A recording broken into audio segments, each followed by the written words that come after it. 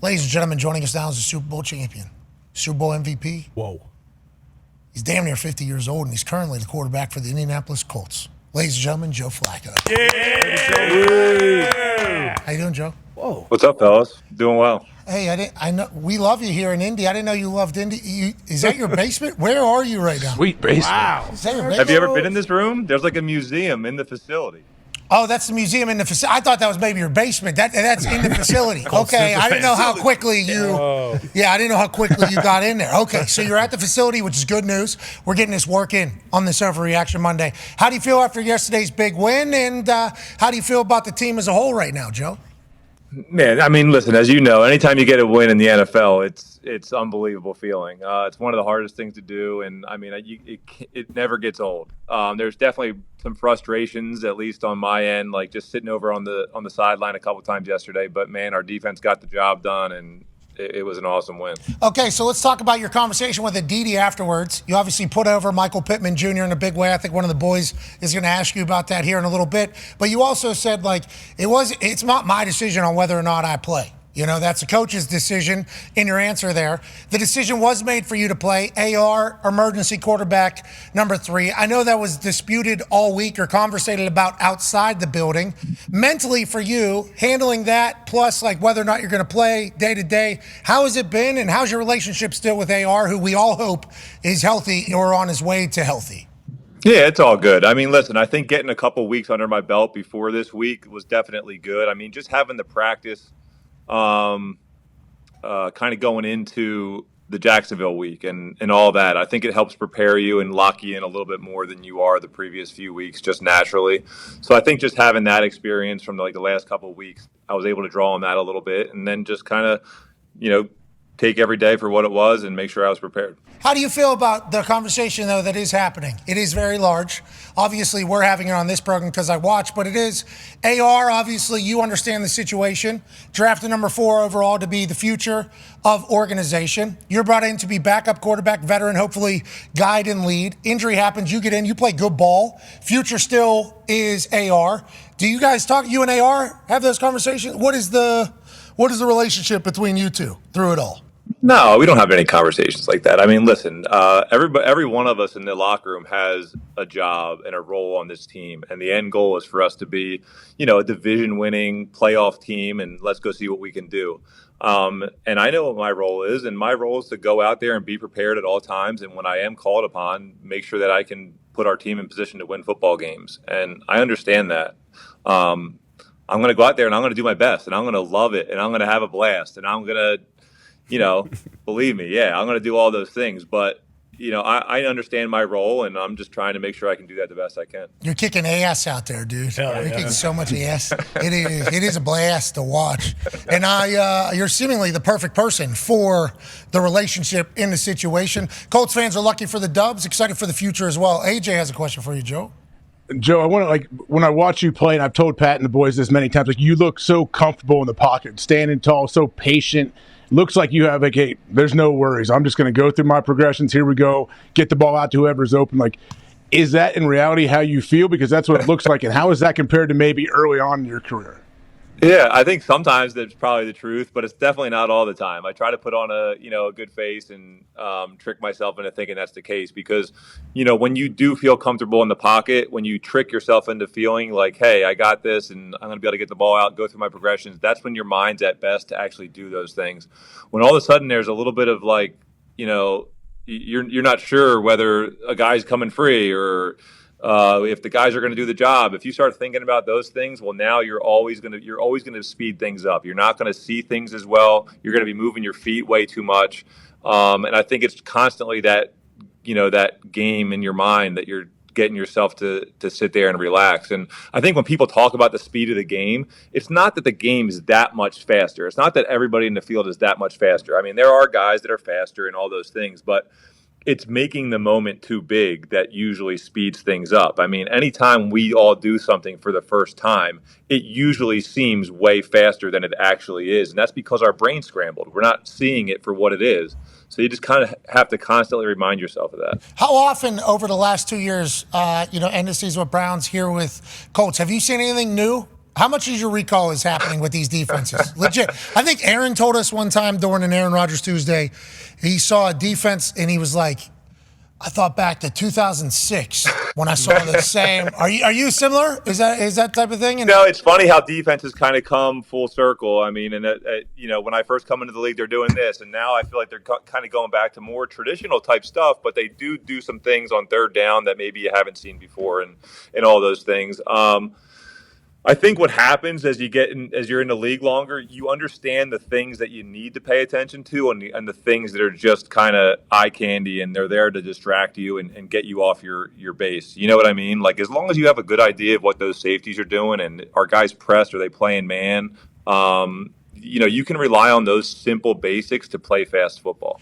You got a lot of dudes walking by you during that Aditi interview from Tennessee Titans going, legend. Legend. That had to be cool. That had to be that legitimately has to. Yeah, listen. I mean, who wouldn't enjoy a little bit of that? Whose ego wouldn't enjoy a little bit of that? It's cool. I mean, these kids were in high school when you were balling. I know.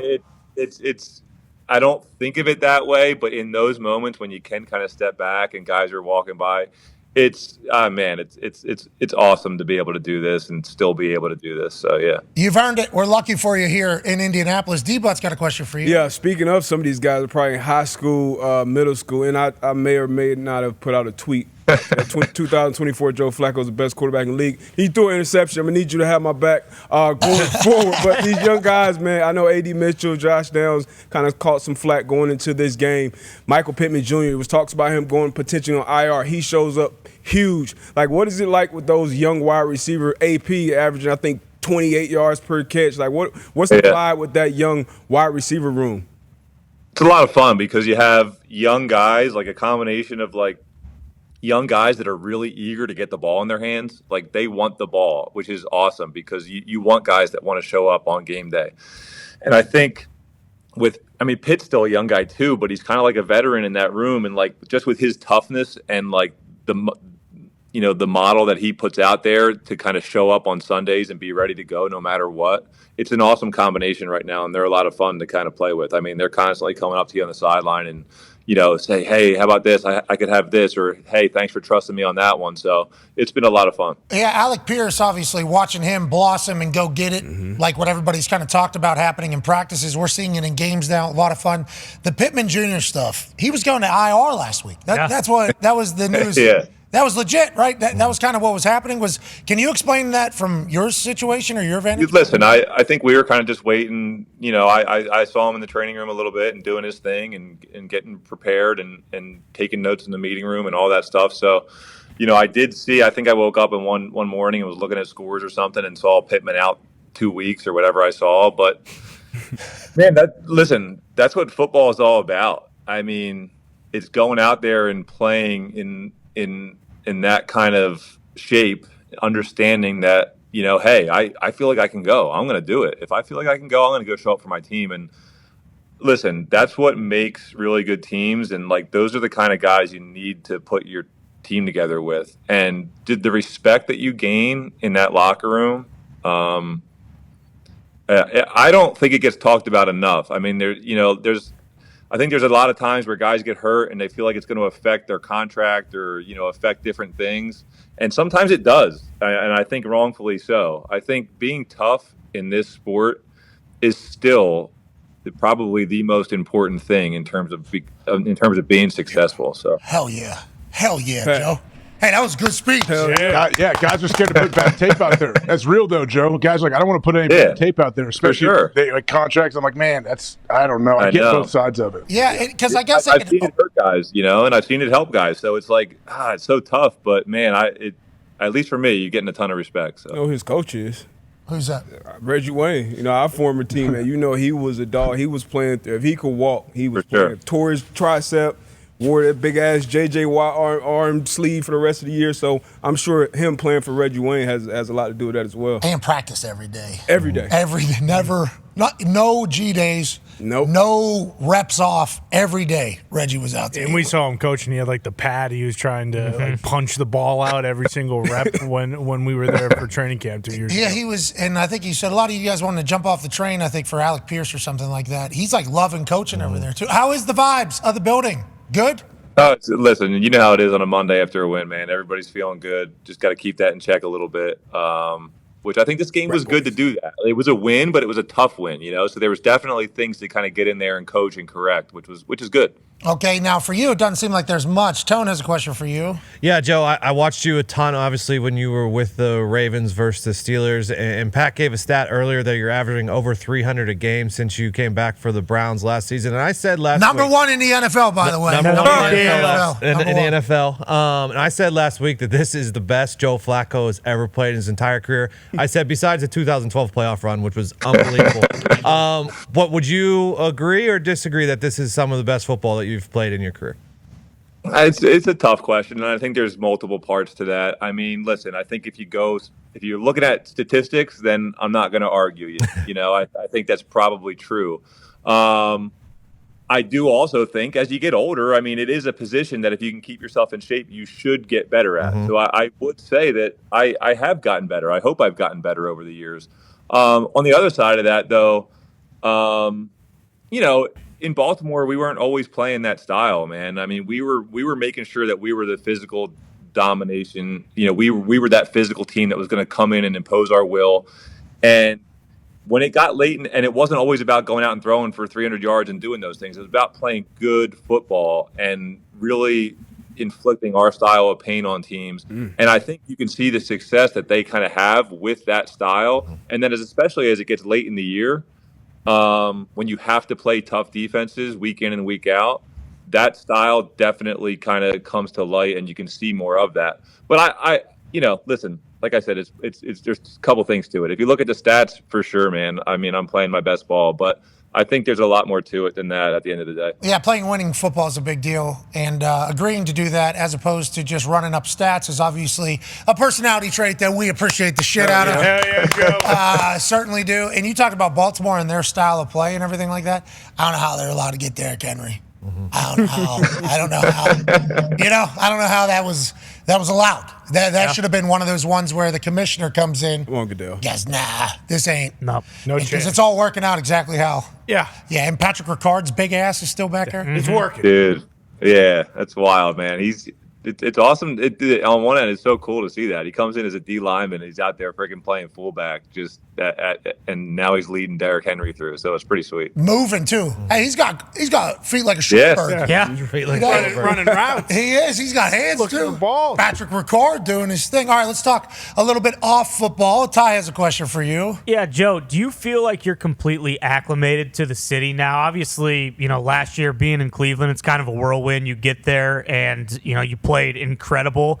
But being comfortable with who you are at your age and like knowing what you can do on the field, how much does that help when you feel comfortable in a new city that you haven't been to before? And like, does it kind of feel like home now that you've been here for a while? Welcome, by the way. For sure, yeah. I mean, listen, on Friday night we went out to one of the little scare parks in town and scared the hell out of my little kids and had people coming up and saying hello, and it felt like we were at home. And to have my family here, to be able to do those kind of things with, definitely makes it feel really good. Connor said he saw 2 Joe Flacco Colts jerseys downtown. Those are custom made. Those are custom made, brother. There's going to be more. My wife's ordering jerseys and handing them out downtown. That's good support. That's good I'll team. be down there. Yeah. Somebody taking a free jersey, too. We'd love that. Connor has a question for you, Joe. Yeah, Joe, I'm not sure if you saw, but they have officially changed the guidelines for the Comeback Player of the Year award. They're actually calling it the Joe Flacco guidelines now. How pissed are you that these weren't in place last year when you were up for it? And do you expect other guys to maybe pass on the award if they get it like you did? Listen, I would normally be all for turning stuff down like that, but I wasn't. I was a little positivity coming my way. I wasn't turning. feel like that's kind of like a shot at me. Like, what the hell? We gave Joe Flacco this award. We can't do that anymore. But yeah, listen, I definitely felt a little bit weird about getting that. But like I said, at this point in my career, whatever, dude, give me that. Okay, I'll take it. Yeah, I like give a speech, get all dressed up. Sure. Big Yeah, to-do. exactly. It's a big to-do for the wife. I mean, hey, Joe, we appreciate the hell out of you, man. You've been handling it all, obviously, with the epitome of class. And I'm excited to see how it all shapes up. We're lucky that we have you, though, here in Indianapolis. You need to know that. I appreciate it, and I appreciate you guys having me on. It's a lot of fun. Yeah, museum's pretty cool, man. What is? It is. It's crazy. It's crazy in here. If you haven't seen this, it is. It's pretty cool. Go ahead and give a little spinsy. Go give a little spinsy. Yeah. Go ahead and give a Is it little. a closet? Like, how big is it? Yeah, is that a computer? It's like a couple meeting rooms, probably like a couple, like maybe like 2 meeting rooms worth of size. I mean, Look at Reggie just cooking some brawn in the background. Just absolutely cooking. Andrew Luck and T.Y., what a tag team they were. Yeah, what a duo. Dallas Clark's going into the Ring of Honor this weekend. No way. Oh, Yeah. nice. there you go. I played with Dallas in Baltimore. He's the man, isn't he? He's the man. Yeah. You guys, did he have that? No, that was with us. He Against did. me. He had one in Baltimore, too. Yeah, him and Stokely came in like, man, what I forget what year. 8? 7? No, it was later 12. than that. 12. It was like 13 or 15. I think it was 2013. After the Super Bowl. Yeah, I think so. Yeah, because what? Grigson, Chuck, You have to 12. You have to check on that, but 212. they were awesome. They cut everybody. Yeah. They cut all my friends. Cut them all. Tough year. See you guys. Don't answer your phone, Pat. They're cutting fucking everybody. What do you mean? They cut Peyton. Oh, okay. They're cutting everybody. What? All right, sweet. Anyways, we're lucky you're there. We're thankful for Coach Steichen, too. Tell him we said what's up. And all the boys, Will do. ladies and gentlemen, Joe Flack. Yeah, Joe.